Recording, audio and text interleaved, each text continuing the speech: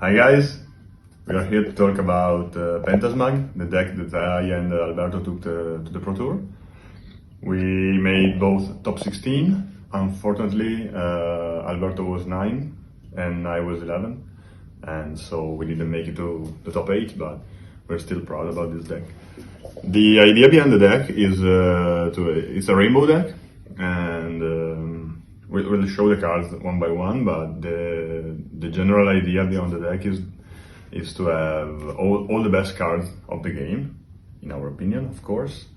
And most of the cards can give you a 2-for-1, like Burning Force, like Thorn Prison, like many other cards are also more than 2-for-1, like Namangard and stuff. And Scopole is one blocker for and blocking 2 units, and you have recursion with Beldegor. You have a K that brings a lot of cards to hand. So the idea of the deck is to be ahead of resources against any deck. So we'll start to show cards one by one. So first card must be SMAGG. This is the engine of the deck. He's in the deck mainly because it counts as every color, so it really helps playing all the cards from different colors, because many of our cards have 2 discount symbols. So if you have 2 SMAGG, you're basically discounting every card you play by 2, and even 1 can really change your playstyle and make it easier to play everything. The other thing is that even if he has no reduction, he's still a good unit because it allows you to draw 1 card sometimes when you're behind in card size in hand, and then to ramp 1 core. It works like a Blacklist, right? You can put 3 cores on him and ramp 1 core. It goes to the trash, but then you can move the 2 cores from it to play other cards. So this is basically the centerpiece of the deck. And then we have Worker Ant-Man, which is our early game. The card is very good, everyone knows it. It's being played in almost every deck if you go second, and this deck wants to go second. Worker Ant-Man is the best turn 1 going second of the game. Also worth noting that even SMAGG going second can be a good play, because if your opponent only plays 1 card and you set 1 burst and play SMAGG, you will draw a card. Then we see Beldegor, 4 off. It really works very well with the 4 cost package of the deck and its recursion, and we play Volcanic Canyon, so it also helps a lot against aggro and also against control. Having the opportunity to do multiple attacks from the discard is very cool, and the card is broken, so pretty 4 off. We play 2 Grimoire Fairy. This is one of the latest addition to the deck. It's funny because everyone had to read the card in the tournament. Yeah. And yeah, the card's good. It can be a 5000 BP for only 3 cores.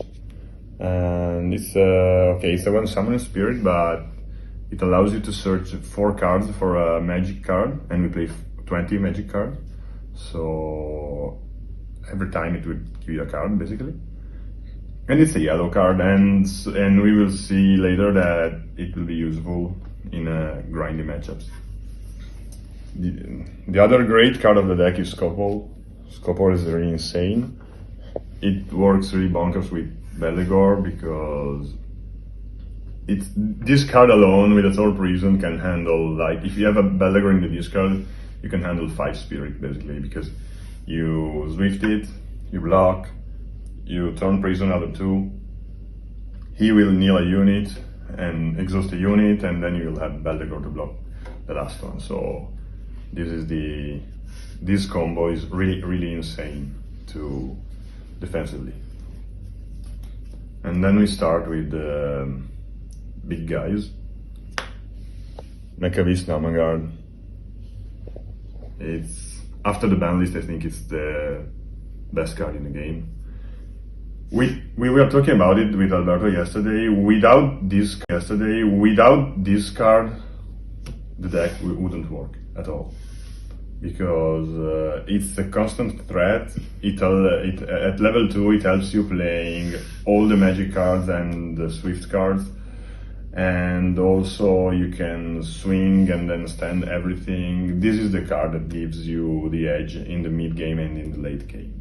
It's like, if you kill it, it will be a problem for you, because I will draw 3 and get 3 cores. If you don't kill it, it's even a bigger problem. So yeah, I think this card will be in the radar for Bandai, because it's really too good for its cost.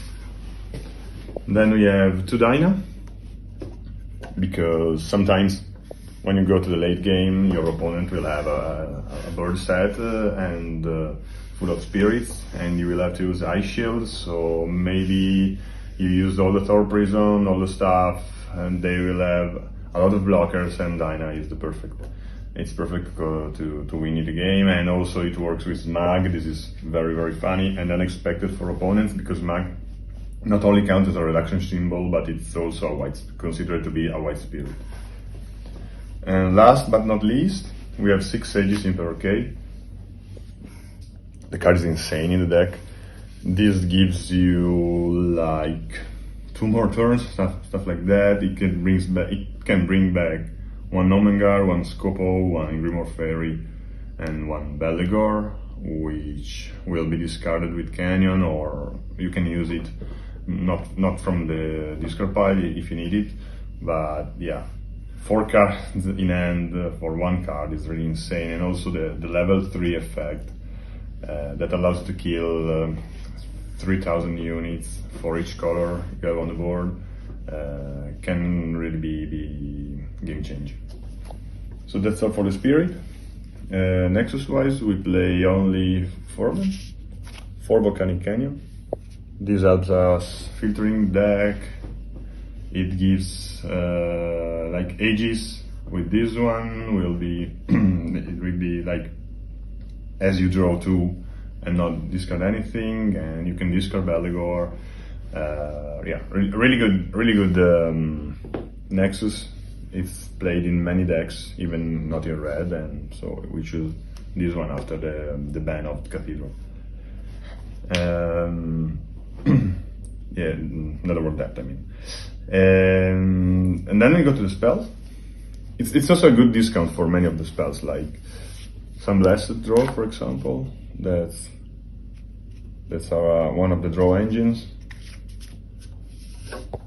You all know the cards, and card is very good. And we need the burst for SMAGG turn 1, and we usually pay 3 or 2. Very good card. Not much to say about it. Same for Thorn Prison. This card is insane. If you pay 2, it's even better, and it punishes your opponent for attacking you. And yeah, one of the best cards in the game right now. Same as Ice Shield. 4 off, of course. And then we go to the other red spell. We play 3 Burning first. We have the other one inside. 1 Volcanic Break, because it's limit. And yeah, sometimes it's really useful. It can kill a Dual Eagle, it can kill an Elk. There are a lot of targets, and yeah, why not? And 4 Dream Bomb. That's the other great thing about the deck. If you go wide, we have answers. If you go tall, we have answers. That's the idea behind the deck. Like when you pass the turn, and if you have Nomengar, if you have SMAGG, all these spells will cost 2 less. And yeah, you can do everything. When they attack you, they will they will receive a lot of answers to their attacks. So that's the idea behind the deck. And then we go to the side. Our worst matchups were in test, green aggro and white contour, and it's funny because I only faced them. Like, even if they lost against a very good purple player, all other matchups were green aggro and white control. So our side is dedicated to those matchups. So we have the combo, Backless Dragon. The dragon is very good against aggro, and the two of them are the only answer to Enterprise Elk. So yeah, we had to put them in the deck. And against green, one of the cards that annoys us the most is Storm Prison. When you Swift Scope All, if they kneel it with Storm Prison, it can really change the turn. So we decided to add Suppression. And then we have the last Burning Force for aggro and yellow matchup, and Pharaoh Slash. Pharaoh Slash is good against aggro because you will get rid of a unit for free, of a spirit for free, and it's also good against purple and yellow because with 6 Nexus removal, you will make sure that they won't have their draw engines. And since the deck strategy is to be ahead of resources, destroying their Nexus is really, really important. Okay, that's it for the deck. I hope you enjoyed it, and bye. Bye.